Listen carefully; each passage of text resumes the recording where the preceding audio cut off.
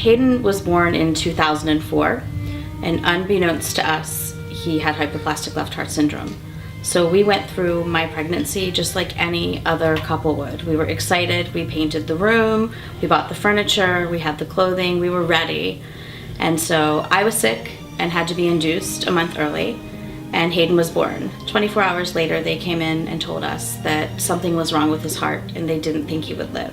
We think he was born with half a heart. It's called hypoplastic left heart syndrome. We need to transfer him immediately. Here we were going into having your son have an open heart surgery, and like, but I can still remember walking into the room, the room at the first time, like seeing him there with all the monitors and everything, and you're just like, this can't be happening. So it changes your world. When Hayden was 3 days old, he had his first of 3 open heart surgeries, which was huge and scary and confusing for new parents because you don't really know what you're doing anyway. He spent the first month of his life at the hospital, just gaining weight, getting strong, learning to eat, and figuring out what meds he would need cardiac-wise in order to keep him strong. The first surgery was the Norwood, second surgery was a Glenn, and he was in the hospital from January 3rd until the beginning of April. And then we had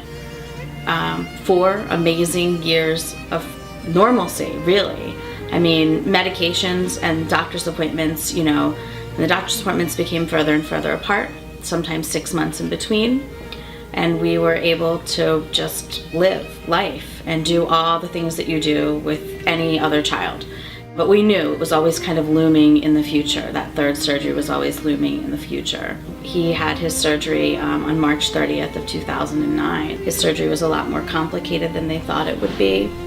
What was supposed to be 5 hours was 10.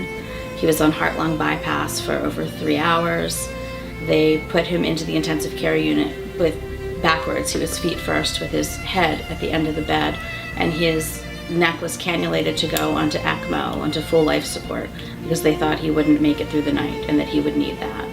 And so we were greeted in the intensive care unit by a lot of nurses that we had known over the years, and just the looks on their faces really said it all to us. We knew that it was really bad and that he really had a fight in front of him.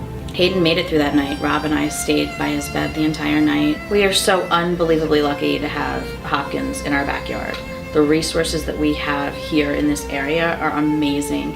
Had he been born somewhere else, he wouldn't have lived, probably. The American Heart Association is really fundamental in progress for kids like Hayden and families that have kids that are similar to Hayden, because we're funding research and we're funding what could be these kids' futures and change the course of their lives. It's amazing how much that research and that funding can really do. I hope for Hayden that he continues to be happy. Right now he's probably one of the happiest kids I know. He's always determined to try things and is always happy with whatever he does. Definitely want to see him continue to be happy, continue to enjoy life. Hayden likes to laugh.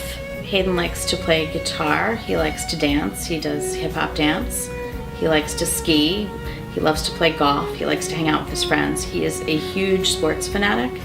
Anything Maryland Terrapins, Redskins, Pittsburgh Steelers. Hypoplastic left heart syndrome doesn't stop me from living my life.